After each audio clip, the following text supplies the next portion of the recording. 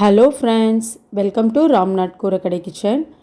இன்றைக்கி நம்ம பார்க்க போகிற ரெசிபி பார்த்திங்கன்னா, சாயங்கால நேரத்தில் நல்லா சுட சுட டீ காஃபி கூட இந்த டேஸ்டியான அவல் கட்லெட் வச்சு சாப்பிட்டா ரொம்ப சூப்பராக இருக்குங்க.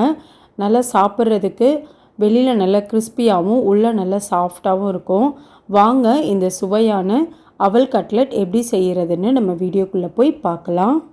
ஃபஸ்ட்டு இந்த ரெசிபி செய்கிறதுக்கு 1 கப் அளவுக்கு வெள்ளை அவல் நான் எடுத்திருக்கேங்க. நீங்கள் சிவப்பு அவல் இருந்தால் சிவப்பு அவல் கூட பயன்படுத்திக்கலாம். இப்போ நம்ம எடுத்திருந்த அவலை பவுலில் சேர்த்தியாச்சுங்க. தண்ணி சேர்த்திட்டு அவலை 2-3 டைம் நல்லா வாஷ் பண்ணி எடுத்துக்கலாங்க. அவலில் தூசியெல்லாம் இருக்குங்க, அதனால் நல்லா இந்த மாதிரி வாஷ் பண்ணி எடுத்துக்கலாம். இப்போ நான் ஒரு 2-3 டைம் நல்லா வாஷ் பண்ணி எடுத்து வச்சுருக்கேங்க.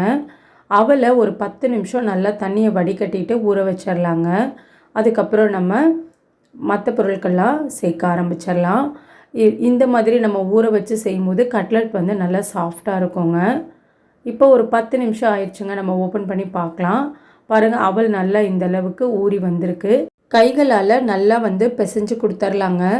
எந்த அளவுக்கு முடியுமோ அந்த அளவுக்கு அவலை வந்து கைகளால் நல்லா பிசைஞ்சுக்கலாம். பாருங்கள், இந்த அளவுக்கு. இனி நம்ம இதில் ஒவ்வொரு பொருட்களாக சேர்க்க ஆரம்பிச்சிடலாங்க.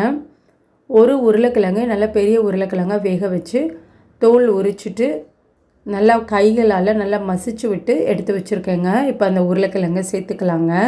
மீடியம் சைஸில் ஒரு பெரிய வெங்காயம் பொடியாக நறுக்கி சேர்த்துக்கலாங்க. இது கூடவே ஒரு பச்சை மிளகாய், கொஞ்சமாக கொத்தமல்லி தழை சேர்த்துக்கலாங்க. இஞ்சி பூண்டு பேஸ்ட்டு 1 டேபிள் ஸ்பூன் சேர்த்துக்கலாம். மிளகாத்தூள் 3/4 டேபிள் ஸ்பூன் அளவுக்கு சேர்த்துக்கிறேங்க. நீங்கள் உங்கள் காரத்துக்கு தகுந்த அளவுக்கு கம்மியாகவோ அதிகமாகவோ சேர்த்துக்கலாம்.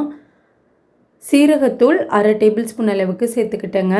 கரம் மசாலா 1 டேபிள் ஸ்பூன் அளவுக்கு சேர்த்துக்கிட்டேன். தேவையான அளவு உப்பு சேர்த்துட்டு நல்லா கலந்து விட்டுறலாங்க. இப்போ பாருங்கள், நம்ம சேர்த்துருந்த உருளைக்கிழங்கு, அவல், மசாலா பொருள் எல்லாமே வந்து நல்லா இந்த அளவுக்கு மிக்ஸ் பண்ணி விட்டாச்சு. இப்போ நமக்கு எந்த அளவுக்கு உருண்டைகள் வேணுமோ அந்த அளவுக்கு உருண்டைகளாக பிடிச்சி எடுத்துக்கலாங்க. கொஞ்சமாக கையில் எண்ணெய் தடவிட்டு நமக்கு எந்த சைஸுக்கு வேணுமோ அந்த சைஸுக்கு உருண்டைகளாக எடுத்துக்கலாங்க. நான் மீடியம் சைஸ் உருண்டையாக எடுத்திருக்கேன். இதை வந்து உள்ளங்கையில் நல்லா கட்லெட் ஷேப்பில் தட்டி எடுத்துக்கிறேங்க. இதே மாதிரி மீதம் இருக்க எல்லாத்தையுமே வந்து நம்ம தட்டி ஒரு பிளேட்டில் எடுத்து வச்சிடலாங்க. பாருங்கள், பிளேட்டில் எல்லாத்தையுமே ரெடி பண்ணி எடுத்து வச்சுட்டேன். இனி நம்ம பேனில் கொஞ்சமாக எண்ணெய் சேர்த்துட்டு ஃப்ரை பண்ண ஆரம்பிச்சிடலாங்க. இப்போது வந்து கட்லெட் வந்து நம்ம ஃப்ரை பண்ணுறதுக்கு பேனில் 5 டேபிள் ஸ்பூன் அளவுக்கு எண்ணெய் சேர்த்துட்டேங்க. எண்ணெய் அதிகமாக இதுக்கு தேவைப்படாது.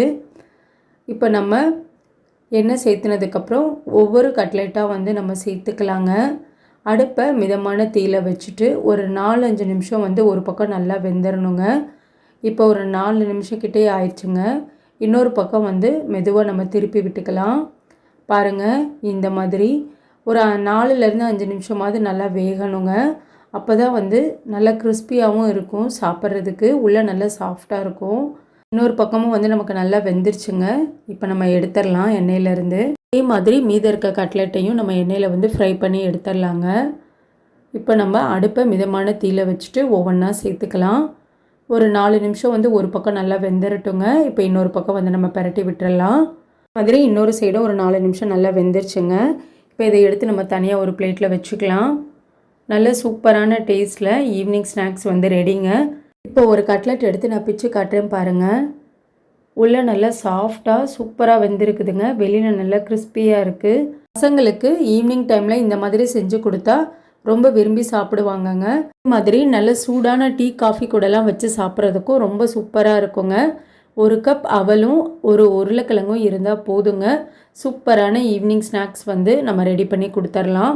நீங்களும் நான் செஞ்ச அளவுகள் படி உங்கள் வீட்டில் செஞ்சு பாருங்கள். செஞ்சு பார்த்துட்டு எப்படி இருந்ததுன்னு உங்கள் கமெண்ட்ஸை எனக்கு சொல்லுங்கள். நீங்கள் இப்போ தான் நம்ம சேனலை ஃபர்ஸ்ட் டைம் பார்க்குறீங்கன்னா ராம்நாத் கூரக்கடை கிச்சனை சப்ஸ்கிரைப் பண்ணிக்கோங்க. பக்கத்தில் இருக்க பெல் ஐக்கானையும் கிளிக் பண்ணிவிட்டு ஆல்ன்ற ஆப்ஷனை டிக் பண்ணிக்கோங்க. அப்போ தான் நான் போடுற புத்தம்புது ரெசிபீஸ் நோட்டிஃபிகேஷனில் உங்களுக்கு உடனுக்குடனே வரும். இந்த வீடியோ உங்களுக்கு பிடிச்சிருந்ததுன்னா லைக் பண்ணுங்கள். உங்கள் ஃப்ரெண்ட்ஸ் அண்ட் ரிலேட்டிவ் ஃபேமிலிக்கும் ஷேர் பண்ணுங்கள்.